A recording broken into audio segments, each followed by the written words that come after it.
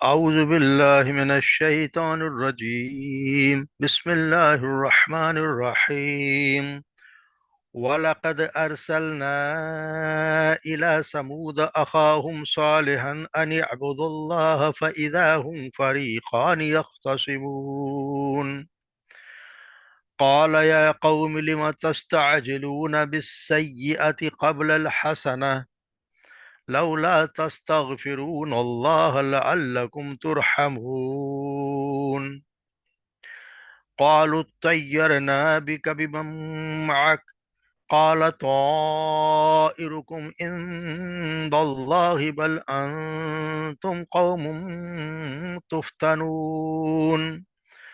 وكان في المدينة 9 رهط يفسدون في الأرض ولا يصلحون. قالوا تقاسموا بالله لنبيتنه وأهله ثم لنقولن بوليه ما شهدنا مهلك أهله وإنا لصادقون. ومكروا مكرا ومكرنا مكرا وهم لا يشعرون. فانظر كيف كان عاقبة مكرهم أنا دمرناهم وقومهم أجمعين. فتلك بيوتهم خاوية بما ظلموا إن في ذلك لآية لقوم يعلمون. وأنجينا الذين آمنوا وكانوا يتقون.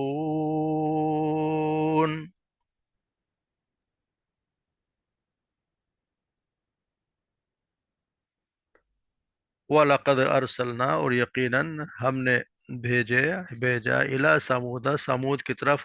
اخاہم صالحہ، ان کے بھائی صالح کو، اور اس نے کہا انی عبد اللہ، اس نے کہا عبادت کرو، کہ عبادت کرو اللہ کی۔ فَإِذَا هُمْ، پس اچانک وہ، فریقانی، دو گروہ بن گئے، یختصمون، آپس میں جھگڑنے والے، آپس میں جھگڑتے تھے۔ قال، ان کا، یا قومی، ان کا اے میری قوم،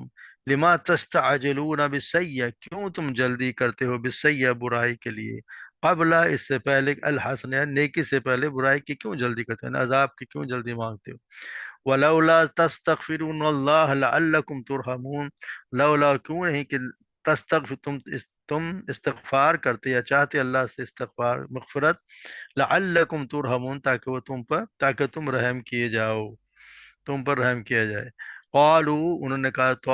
طیرنا بکا، ہم نحوست پاتے ہیں آپ پر، وبمن معک، اور ان کی وجہ، ان پر جو آپ کے ساتھ ہیں۔ قال طائرکم عند اللہ، ان کہا کہ تمہاری نحوست، طائر، تمہاری نحوست، عند اللہ، اللہ کے پاس ہے۔ وبل انتم قوم تفتنون، بلکہ تم تو ایسے قوم ہو، تفتنون، جو کہ آزمائے جانے والے، یعنی جن کو آزمائے جا رہے ہو۔ وکان فی المدینتی، اور تھے، فی المدینتی، شہر میں، 9 رہطن یفسدون فی الارض، 9 اشخاص، یا 9 سردار، یفسدون فی، جو زمین میں فساد پھیلاتے تھے، ولا یصلحون، اور وہ اصلاح کرنے والے، اصلاح نہیں کرتے تھے۔ قالو، انہوں نے کہا، تقاسموا باللہ، تو قسمیں کھاؤ اللہ کی،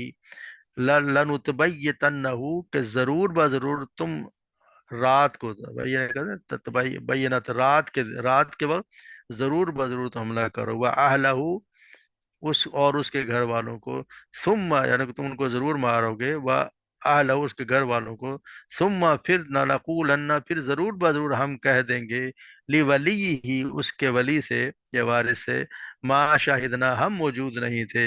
مہلک اہلی، اس کے ہلاکت کے وقت، اس کے گھر والوں کی ہلاکت کے وقت، وَإِنَّا لَصَادِقُونَ، اور بے شک ہم، یقیناً ہم سچے ہیں۔ وَمَكَرُوا مَكْرًا، اور انہوں نے ایک چال چلی، وَمَكَرْنَا، اور ہم نے بھی تدبیر کی، مکرن، ہم نے بھی ایک تدبیر کی، وَهُمْ لَا يَشْعُرُونَ، اور وہ شعور بھی، اس کا شعور بھی نہیں رکھتے تھے۔ فَانظُرْ كَيْفَ كَانَ عَاقِبَةُ مَكْرِهِمْ، پھر دیکھیے، کیف، کیسا ہوا، کانا کیسا ہوا عاقبت انجام مکرہم ان کی چال کا، انا دمرناہم بے شک ہم نے دمرناہم تباہ و برباد کر دیا، تہس نہس کر دیا ان کو، وقوم اور ان کی قوم کو اجمعین سب کے سب کو، و تل کا بیوتہم اور یہ اور وہ، تل کا بیوتہم ان کے گھر، وہ ان کے گھر خاویتن خالی پڑے ہوئے ہیں، بما ظلموا ان کے ظلم کی وجہ سے، ان فی ذالک بے شک اس میں لآیا یقیناً ایک نشانی ہے، لقوم یعلمون ان لوگوں کے لیے جو جو سمجھتے ہیں، وانجینا اور ہم نے نجات دی الذین آمنوا ان لوگوں کو جو ایمان لائے، وکانوا یتقون اور جو متقی تھے یا پرہیزگار تھے۔ تو یہ آج کے واقعہ ہم پڑھیں گے، آج کے جو سبق ہے اس میں لوط علیہ السلام کے بارے میں آ رہا ہے کہ لوط علیہ السلام کے بارے میں ہم پہلے بھی کئی دفعہ بار بار ذکر آتا ہے، مختلف طریقوں سے آتا ہے، تو یہاں پہ یہ بتایا گیا ہے کہ جب انہوں اللہ تبارک و تعالیٰ نے بھیجا لوط سمود علیہ السلام، سمود کو سوری سمود اسلام کا یعنی صالح اسلام کا سمود کی طرف بھیجا، صالح اسلام کا ذکر ہے، تو ان کو جو اللہ تبارک و تعالیٰ کہتے ہیں کہ ہم نے یقیناً ہم نے انہیں بھیجا، ان کے بھائی سمود کا ان کے بھائی صالح کو، بھائی سے کہا کہ انہیں کی قوم سے تعلق، انہیں کی قوم میں سے ایک شخص تھے جن کو اللہ تبارک و تعالیٰ نے نبی بنایا، تو ان کے اپنے قوم کا ہر کوئی بھائی ہوتا ہے، جسے کہا ان کے بھائی صالح کو بھیجا کہ اور انہوں نے یہ ان کو دعوت دی، ان اعبدوا اللہ کہ اللہ کی عبادت کرو، یعنی شرک چھوڑ دو، اللہ کے سوا کسی اور کی بات نہ کرو۔ جب انہوں نے یہ دعوت دی تو فَإِذَا هُمْ فَرِيقَانِ يَخْتَصِمُونَ تو پھر ان کے دو گروہ بن گئے، یعنی ان کی ایک جماعت، ان کے دو فریق بن گئے، ایک جماعت مومنوں کی تھی اور دوسرا گروہ کافروں کا تھا، تو وہ آپس میں تو لڑنے لگے، گتھم گتھا ہو گئے، جیسے ہوتا ہے تو ایک جگہ اور للتا ہے متکبرون عاجزوں سے، جیسے پڑھا ہے کہ جو متکبر تھے وہ جو ایمان لانے والے انہوں نے کہا کہ کیا تم صالح کو رسول مانتے ہو؟ تو جواب دیا کہ ہم کھلا کھلا ایمان لا چکے ہیں، تو انہوں نے صاحب کہا کہ جس پر تم ایمان لے ہم تو اس کا کھلا کھلا کفر کرتے ہیں، یعنی ہم تو اس کا انکار کرتے ہیں، تو یہ ان کا بھی یہ جواب تھا، کیونکہ ہمیشہ سے یہی ایک جواب ہوتا رہا ہے ہر قوم کا، جب بھی کسی نبی نے دعوت دی تو اس میں ہمیشہ دو گروہ بن جاتے ہیں، ایک وہ ہوتا ہے جو ایمان لے کے آتا ہے اور دوسرا وہ ہوتا ہے جو اس کے خلاف ہوتا ہے، تو یہاں بھی وہی ہو رہا ہے کہ جب جو انہوں نے دعوت دی تو دو گروہ میں قوم بٹ گئے، ایک وہ تھا جو مان لیا، دوسرا انکار کرنے والا، پھر ان کی کشمکش شروع ہو گئی۔ یہ اسی طرح ہے جیسے ہر نبی کے زمانے میں بھی ایسا ہی ہوتا ہے، اور جیسے یہاں پڑھا ہے کہ آپ صلی اللہ علیہ وسلم کے زمانے میں بھی آپ صلی اللہ علیہ وسلم کی بعثت کے بعد جب مکہ میں یہی صورتحال پیدا ہوئی کہ قوم دو حصوں میں بٹ گئی، ایک ایمان لانے والے تھے اور دوسرے وہ تھے جو شروع سے ہی مشرک تھے، ان میں پھر کشمکش شروع ہو گئی، تو ہم دیکھ جاتے ہیں کہ کیا حالات وہاں پہ بھی ہوئے۔ تو ہر قوم میں یہی ہوتا ہے کہ جب نبی آتا ہے تو جو ایمان لانے والے ان میں ہمیشہ جھگڑا ہوتا ہے، اور اکثر ایمان لانے والے ہم پڑھا ہے کہ وہ کمزور لوگ ہوتے ہیں، جو غریب ہوتے ہیں، کمزور لوگ ہوتے ہیں، وہ ایمان لے آتے ہیں، اور جو متکبر ہو جن کو اللہ تبارک و تعالیٰ نے زیادہ دی ہوئی ہے دولت، وہ مشکل سے ایمان لاتے ہیں۔ تو پھر انہوں نے یہی کہا کہ پھر صلی اللہ علیہ السلام نے کہا قال یا قوم لما تستعجلون سیئا کہ تم خیر مانگنے کے بجائے عذاب مانگنے میں کیوں جلدی کرتے ہو، یعنی تمہیں کیا ہوا کہ تم کیا، جس طرح دوسری جگہ آتا ہے کہ صلی اللہ علیہ وسلم نے کہا کہ انہوں نے یہی کہا کہ اے صالح لیا وہ عذاب جس کی تو ہمیں دھمکی دیتا اگر واقعی تم رسولوں میں سے ہے، تو آپ نے کہا تم نیکی کے بجائے تم ایسی حرکتیں کیوں کرتے ہو کہ بجائے رحمت طلب کرنے کے اور تم عذاب مانگ رہے ہو، تمہیں تو چاہیے کہ تم استغفار کرو تاکہ اللہ کا رحمت نازل ہو، لولا تستغفرون اللہ لولا نہ تستغفرون اللہ لعلکم ترحمون، کیوں نہ تم اللہ تبارک و تعالی مغفرت طلب کر دو تاکہ تم رحم نازل ہو، تو انہوں نے کہا نا کہ قالوا طیرنا بک بمن معک، یعنی ہمارا تو خیال یہ ہے کہ ہم تو یہ سمجھتے ہیں کہ ہمارا بلکہ یقین ہے کہ ہماری تمام مصیبتوں کا باعث تو ہی ہے اور تیرے یہ ماننے والے ہیں۔ اسی طرح ہے جیسے فرعونیوں نے بھی موسیٰ علیہ السلام یہی کہا تھا جو بلائیاں ہمیں ملتی ہیں ان کے وہ تو ہم اسی کے لائق ہیں، لیکن جو برائیاں پہنچتی ہیں وہ سب تیری اور تیرے ساتھی کی وجہ سے ہیں۔ اسی طرح ہر نبی جب ہم پڑھ لیتے ہیں کہ سورہ یاسین میں بھی ایک کفار کا اپنے نبیوں کا یہی کہنا تھا کہ قالوا انا تطیرنا بکم، ہم تو آپ سے بدشگونی لیتے ہیں، اگر تم باز نہ رہے تو ہم تو تمہیں سنسار کر دیں گے اور سخت تکلیف دیں گے، تو نبی نے بھی یہاں جواب یہ دیا تمہاری بدشگونی تو ہر وقت تمہارے وجود میں ہے، تو یہاں بھی سیدنا صالح علیہ السلام نے یہ جواب دیا کہ تمہاری بدشگونی تو اللہ کے پاس ہے، یعنی وہی تمہیں اس کا بدلہ دے گا، بلکہ تم تو فتنے میں ڈالے ہوئے لوگ ہو، تمہیں تو آزمایا جا رہا ہے اطاعت سے بھی اور نافرمانی سے بھی، اور باوجود تمہاری معصیت کے تمہیں ڈھیل دی جا رہی ہے، لگتا ہے اس سے مہلت ہے، اس کے بعد تم پکڑے جاؤ گے۔ تو ہر جگہ یہی ہوتا ہے کہ ہر نبی کو یہی یہ کہہ دیا کرتے ہیں کہ جب جو کچھ ہے تیری وجہ سے ہے۔ آپ صلی اللہ علیہ وسلم کے ساتھ بھی ایسے ہوا کہ وہ یہی کہا کرتے تھے کہ جو کچھ آتا ہے وہ تمہاری طرح سے، تمہاری ہی وجہ سے ہوتا ہے، کہ جب جو کچھ ہو رہا ہے انہوں نے یہی کہا۔ آپ کی دعوت کا جب آغاز ہوا تو جس طرح سردار قریش کا جو وفد ابو طالب کا طالب کے پاس گیا، اسے یہی کہا تھا کہ اپنے اس بھتیجے کو ہمارے حوالے کر دو جس نے تمہارے دین اور تمہارے باپ دادا کے دین کی مخالفت کی ہے اور تمہاری قوم میں پھوٹ ڈال دی ہے اور تمہاری ساری قوم کو بیوقوف قرار دیا ہے۔ حج کے موقع پر بھی جب کفار مکہ کو اندیشہ ہوا کہ آپ صلی اللہ علیہ وسلم باہر سے ظاہرین سے آ کر کہیں گے کہ آپ صلی اللہ علیہ وسلم کی آپ جو دعوت دیں گے تو لوگ متاثر نہ ہو، تو انہوں نے با مشورہ کر کے یہی کہا کہ قبائل لڑ کے یہ شخص جادوگر ہے، اس کے جادو کا اثر ہے کہ بیٹا باپ سے، بھائی بھائی سے، بیوی شوہر سے، سب سے، ایک دوسرے سے خاندان کٹ جاتا ہے۔ اور یہ کہا بھی انہوں نے یہی کہ ہم تو یہ سمجھتے ہیں کہ تمہارے آنے کی وجہ سے ساری جو مصیبتیں آ رہی ہیں وہ آپ کے آنے کی وجہ سے آ رہی ہیں، کیونکہ آپ سے جب آپ دعوت دیتا ہے نبی تو ان کو یہ ہوتا ہے کہ جو مصیبت آ رہی ہے جو بھی آتی ہے وہ اس پہ ڈال دیتے ہیں، یہ نہیں سمجھتے کہ کیا ہو رہا ہماری کیا وجہ ہے، کہ کیوں اللہ تبارک و طرف سے جو مشکلات آتی ہیں، مگر سب کچھ وہ انہی پہ ڈال دیتے ہیں کہ جی جو کچھ ہے وہ آپ ہی کی وجہ سے ہے، اگر آپ نہ ہوتے تو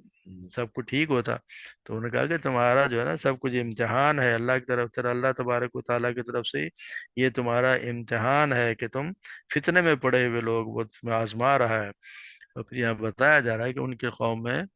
مکان فی المدینۃ تسعۃ رہط یفسدون فی الارض، اور ان کی جو قوم تھی اس میں 9 سردار تھے، یعنی 9 سردار تھے جو زمین فساد پھیلاتے تھے، اور وہ اصلاح کرنے والے نہیں تھے، اصلاح نہیں کرتے تھے، یعنی ایسے جس طرح سردار ہر ایک ساتھ، ہر کے ساتھ ایک ایک جتھا بھی یقینی بات ہوتا ہے، تو ان میں کچھ نام بھی آئے، اور جو ایک نام ہے قدار بن سالف، یہی وہ شخص ہے جس نے اپنے ہاتھ سے اونٹنے کی کوچے کاٹ دی تھی، تو یہی وہ شخص جس کے لگا کہ سب سے جو شقی القلب جو برا شخص تھا، اس نے کہا تو یہ وہ شخص تھا جس نے اس کو کاٹ دیا تھا۔ تو یہ جتنے گروہ تھے انہوں سب نے جمع ہو کر مشورہ کیا کہ آج رات کو صلی اللہ علیہ السلام کو اور ان کے گھر والوں کو قتل کر ڈالو، اور پھر انہوں سب نے حلف بھی اٹھائے اور مضبوط عہد بھی انہوں نے آپس میں کیا کہ ہم ان کو جو ہے وہ آج رات کو ان کا کام تمام کر دیں گے، اور پھر ان کے سردار سے یہ کہہ دیں گے ثم لا تقولن لولی، کہ ہم اس کے ولی سے، جیسے ولی ہیں جو سردار جو ہے ان کے قبیلے کا جو سردار، کیونکہ قبائلی نظام میں تو سردار ہوتا ہے جو اس کے سب کچھ وہی کرتا ہے، جو کچھ وہ کرتا ہے وہی ہوتا ہے۔ تو انہوں نے کہا کہ ہم اس کو جو ہے وہ جب وہ خون کے دعوے کا کرے گا دعویٰ تو ہم ان کو کہہ دیں گے تو ہم تو اس وقت موجود تھے ہی نہیں،